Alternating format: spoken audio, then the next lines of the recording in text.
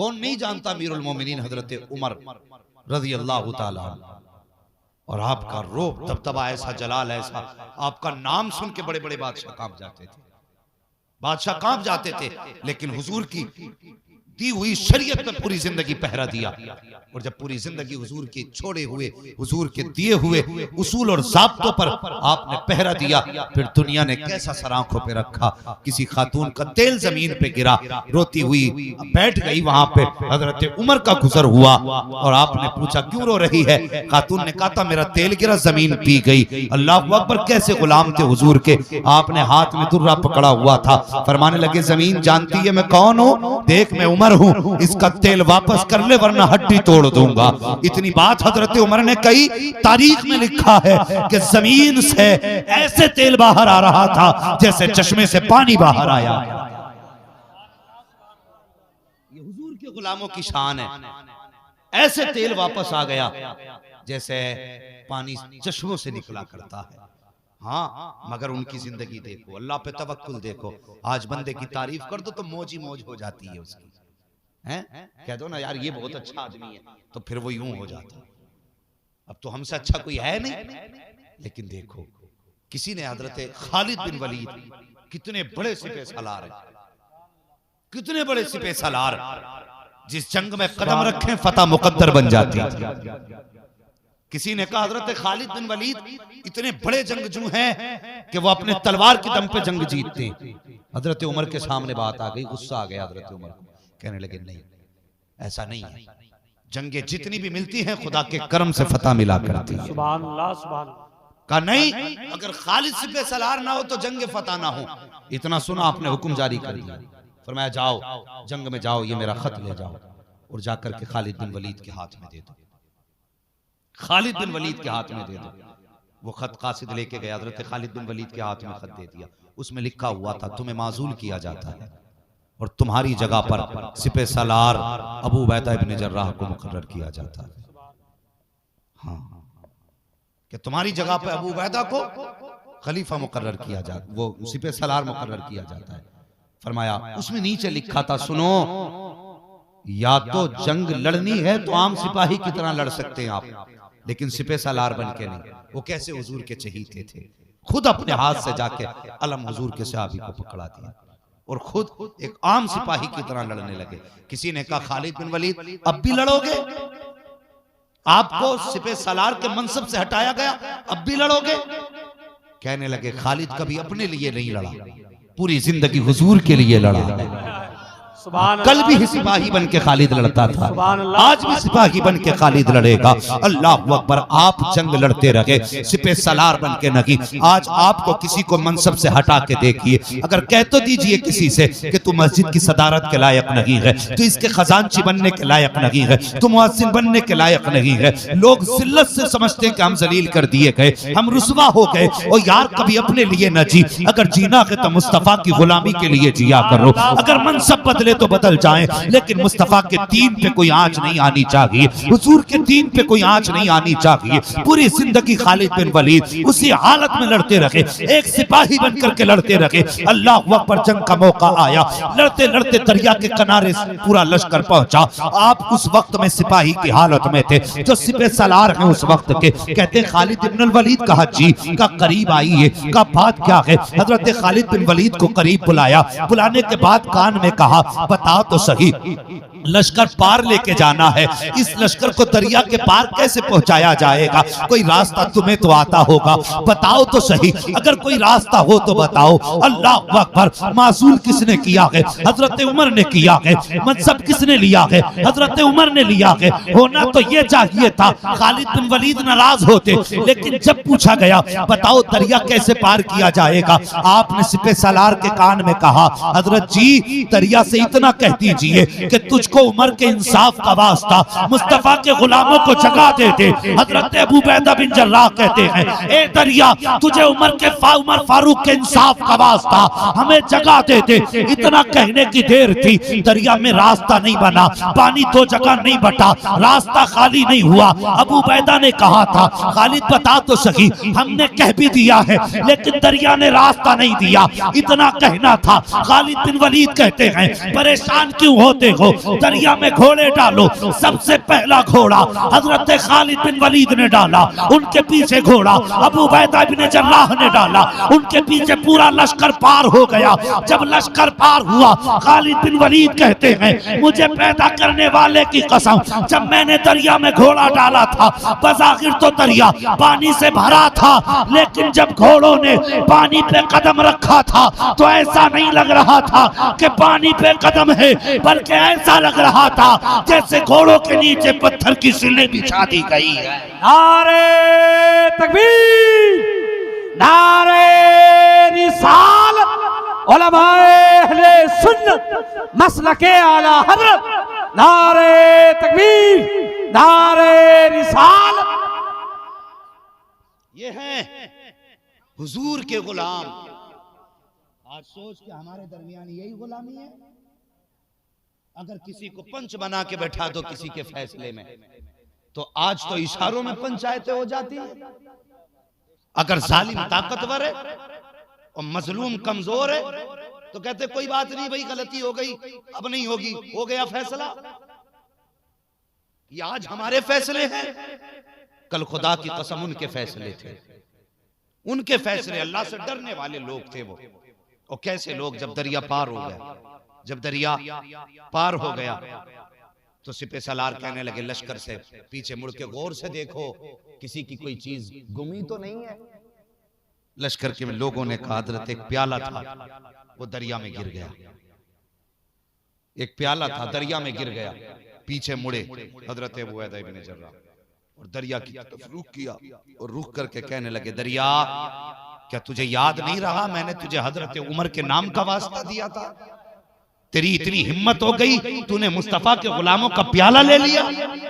इतना कहने की देर थी, फिर एक लहर आई जो दरिया, जो प्याला बीच दरिया में गिरा था, लहर ने उठा के लाके मुस्तफा के गुलामों के कदमों पे डाल दिया।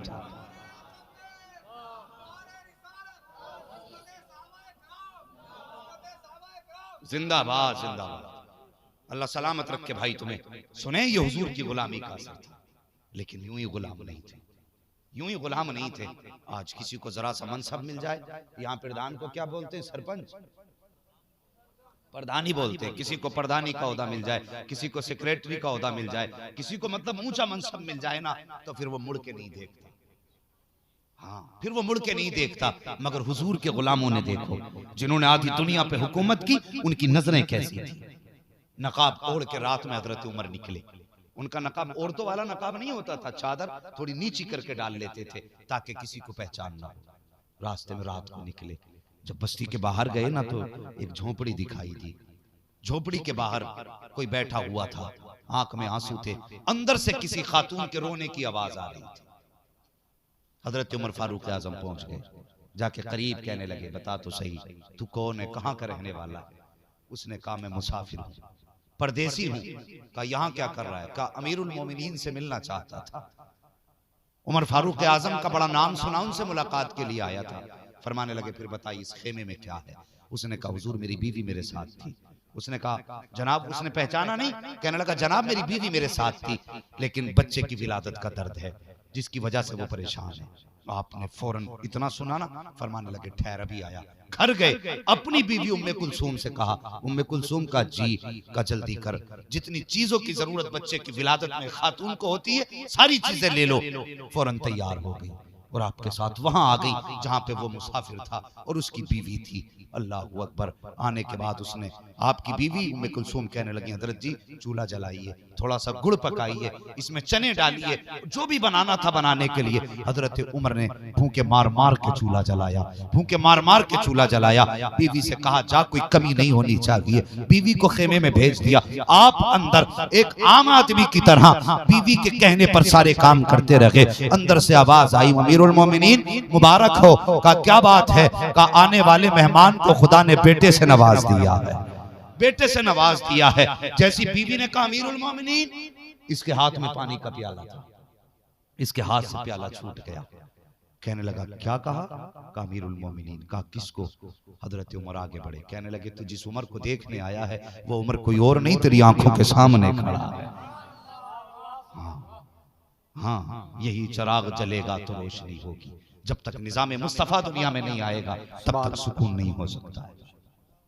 दुनिया में सुकून चाहते हैं ना तो निजाम मुस्तफा लाना पड़ेगा, निजाम मुस्तफा लाना पड़ेगा हमें। आज हम अपने बारे में सोचें। अल्लाह अकबर, वो गैरों का इतना ख्याल करते थे, उन्होंने गैरों का इतना ख्याल किया। आज हमें अपनों का कितना ख्याल है हमें ख्याल अपनों का? बिल्कुल हमें ख्याल नहीं। बात बात पे जमीन के बंटवारे होते हैं तो गोलियां चल जाती हैं। हाँ, सगे भाई मकान बांटते हैं, एक दूसरे के खिलाफ FIR करके थाने में डाल देते हैं। बात बात पे झगड़े। 50 साल के बाद भी अगर जमीन नप जाए कि नहीं अभी बंटवारा पूरा नहीं हुआ मेरा, दोबारा नापी जाएगी। 50 साल बाद जमीन नाप दी जाती है। हमें हया नहीं रही, हमारे दिलों में जगह नहीं रही, एक दूसरे के लिए गुंजाइश खत्म हो गई।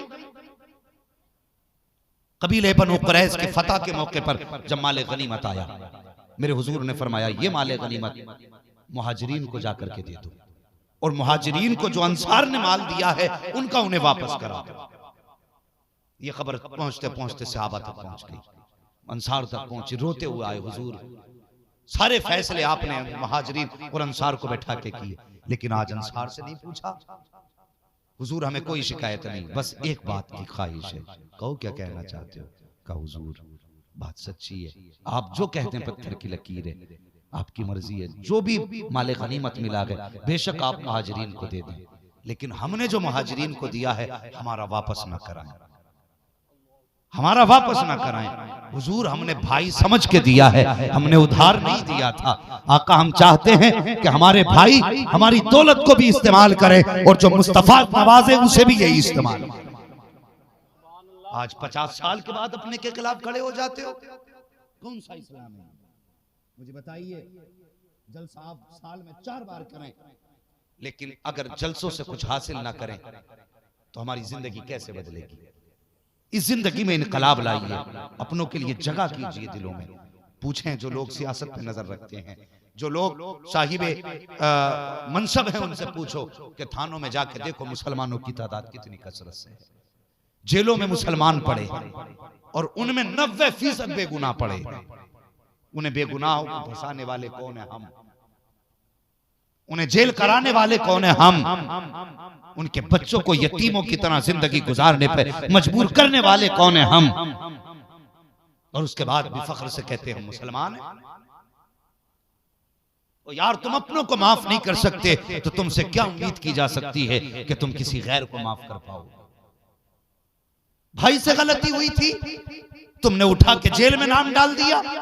कचहरियों में जाके देखो, एक भाई इस वकील के बिस्तर पे है, दूसरा उस वकील के बिस्तर पे है। वो उस वकील से कहता है ऐसा केस बना जो ये 10 साल के लिए अंदर चला जाए। ये अपने वकील से कहता है ऐसा केस बना जो ये 10 साल के लिए अंदर चला जाए। और तुझे हया नहीं आती, तू भी जेल चला जाएगा, तू भी जेल चला जाएगा। लेकिन बता, तेरे बच्चे यतीमों की तरह जिंदगी गुजारेंगे, उनके शौक पूरे करने कौन आएगा? उन्हें एक वक्त का खाना खिलाने कौन आएगा? और तू तो 10 साल के लिए अंदर चला जाएगा, लेकिन तेरे बच्चों के दिल पे जो गुजरेगी, उन बच्चों के दिल का दर्द का इलाज कौन करेगा? उनके दर्द का मदावा कौन होगा? खुदा के वास्ते अपनों को जेलों में जाके ना डालो, अपनों के खिलाफ मुकदमे ना करो, अपनों पे झूठे सच्चे केस ना लगाओ। कहीं पे जाकर के देखो तो ससुराल वाले दामादों को जेल में डाल रहे हैं, कहीं जाकर के देखो तो ससुराल वाले बेटियों को आग लगा के मार रहे हैं। वो यार, ये कौन सा इस्लाम है? तुमने कौन सा दीन पढ़ा है कि किसी की बेटी को जहेज के लिए आग लगा दो, किसी की बेटी को दौलत की वजह से घर से निकाल दो? इस दर्द को तू उस दिन समझेगा जिस दिन कोई तेरी बेटी को भरे घर से धक्का दे के निकालेगा। तब तुझे पता चलेगा बेटियों के घर उजड़ने का दर्द क्या होता है। तब तुझे पता चलेगा किसी की बेटी रुसवा होती है, बाप के जिगर पे क्या गुजरती है। अगर जन्नत में जाना चाहते हो तो सिर्फ जलसों से जन्नत में नहीं जाओगे। जन्नत में जाना चाहते हो तो खुदा की कसम तुम्हें किरदार भी बदलना पड़ेगा, उसूल भी बदलना पड़ेगा, और अपने किरदार को मुस्तफा जैसा बना लो। अगर तुम मदीने वाले के हो जाओगे, खुदा की कसम सारा जमाना तुम्हारा हो जाए। नारे तकबीर, नारे रिसालत, उलमाए अहले सुन्नत मसलके आला हजरत, नारे तकबीर, नारे रिसालत। आज हमारे दिलों में जगह नहीं। अगर आज के जलसे के बाद तुमने अपने भाई को माफ ना किया ना, फिर तुम्हें जलसे कराने का हक ही नहीं। हाँ, फिर तुम्हें जलसे कराने का हक नहीं। और दिल में गुंजाइश रख। आज हालात देखो कितने बुरे हालात हैं। पहली बात तो मस्जिद में जाते ही नहीं, और चले जाए ना तो यही देखते इमाम का अंगूठा हिला के रुका है। मस्जिद से निकलते ही छाप देता, इमाम नहीं जमा। क्यों भाई? क्या अंगूठा हिल गया था? तू बता, नमाज पढ़ रहा था, इधर उधर कुछ झांक रहा था। है? इमाम की तो हो गई हिल के भी, लेकिन तेरी बगैर हिले ही खत्म हो गई। हालत देखो, मस्जिद से निकले नहीं की बात शुरू, इमाम ऐसा इमाम वैसा, ऐसा लाएंगे वैसा लाएंगे। क्यों? तू कितना बड़ा इमाम है, जरा खड़े होके दिखा मुसल्ले पे। अगर छठी का दूध याद ना आ जाए ना, फिर नाम बदल के रख दिए। खेल समझ रखा है, जिसके मन में जो आता शुरू हो जाता। ये हर गांव की कहानी है जनाब, हर गांव में लेकर के। पहली बात तो मस्जिद जाते ही नहीं, और जाते हैं तो तरह तरह के एतराज। और यार अगर तू 4 वक्त से पढ़ने लगा ना नमाज, तो फिर अल्लाह से डर, अल्लाह से डर। अपनी इबादत पे घमंड ना कर। तूने जो टूटे फूटे सजदे किए हैं ना, ये दुआ किया कर अल्लाह इन्हें कबूल कर ले तो बेड़ा पार हो जाए। बड़ी बात है। कभी अपनी इबादत पे इतराना नहीं चाहिए। हम कुछ भी नहीं, औकात क्या हमारी। हाँ, तुम हाथ चूम रहे हो, हम इस हाथ चूमने के लायक है? खुदा की कसम, आज जो इज्जतें मिल रही है ना, ये मुस्तफा की जूतियों के सदके में मिल रही है। हाँ, वरना कौन हमें मिंबर पे बैठाता, कौन हमें ट्रेनों में घुमाता, कौन हमें फ्लाइट के खर्चे देता, कौन गलों में हार डालता। आज जो इज्जतें हैं ना, ये सब मुस्तफा के नाम के सदके से मिल रही है। औकात नहीं थी हमारी, ये इज्जतें मिल जाती। ये सारी इज्जतें मुस्तफा की चौखट से मिली है। अगर अल्लाह ने इज्जतें दी है ना, और 2-4 वक्त की नमाज पढ़ने लगे हो, तो उन्हीं की कबूलियत की दुआएं मांगा। वो एक अल्लाह वाला था ना, बड़ा मुस्तजाब दावत था, इतना रब का लाडला चहीता था, इतना चहीता था रब का, कि जब वो चलता था ना तो बादल छाया करता था उसमें। वो चलता था तो बादल उसके सर पे चला करता था। इतना महबूब बंदा रब का। लेकिन एक दिन एक गुनाहगार बंदा, आम बंदा उसके सामने आ गया, कहने लगा मुसाफा कर लो मुझसे भी। तो उस नेक आदमी के दिल में ये ख्याल आ गया, मैं वो हूं जिसके ऊपर बादल का साया रहता है, और ये आम बंदा जिसको नमाज तक नहीं आती है, जो अल्लाह के जिक्र से दूर रहता, मैं इससे हाथ क्यों मिलाऊं? कहने लगा नहीं, तू मुझसे हाथ मिलाने के लायक नहीं है। किसने कहा? जिसके सर पे बादल छाया करता था। लेकिन सुन, रब जो है ना, अपने हर बंदे से प्यार करता है, ये याद रखना। हाँ, रब हर बंदे से प्यार करता है। अगर वो रहम ना करे ना, तो फिर आधी दुनिया तो भूख से मर जाएगी। आधी दुनिया भूख से मर जाएगी। जैसी उसने कहा ना, चल तू हाथ मिलाने के लायक नहीं है, उसने यूं निगाह उठाई, रो के कहने लगा, मालिक मैं तेरा मुजरिम हूं, मैं तेरा गुनहगार हूं, मगर मेरे अल्लाह मुझे यूं चौराहे पर रुसवा ना कर। क्या बंदों को यह हक है कि मुझे चौराहों पर रुसवा करें? उसने रो के इतना कहा, अल्लाह अकबर, रो के चला गया। लेकिन जब पलट के आया, दुनिया ने देखा जो बादल उस मुत्तकी के सर पे था, अब उसके सर पे नहीं, इस गुनाहगार के सर पे चल रहा था।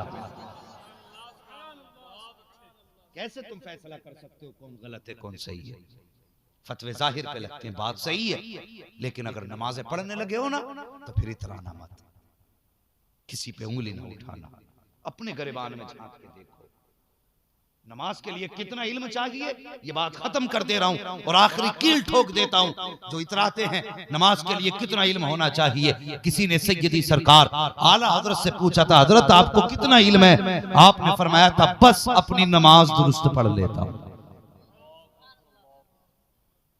कितना इल्म था आला हजरत को? कदीम तहकीक के मुताबिक 56 उलूम पे महारत थी, जदीद तहकीक के मुताबिक 120 से ज्यादा इल्मों पे महारत थी। इतने इल्मों का मालिक कहता है कि बस इतना इल्म है कि अपनी नमाज दुरुस्त कर लेता हूं। और तुझे तो बिस्मिल्लाह भी सही नहीं आती, अगर खड़ा कर दो कलमा पढ़ने के लिए तो 6 बार। हाँ, ये हालात है।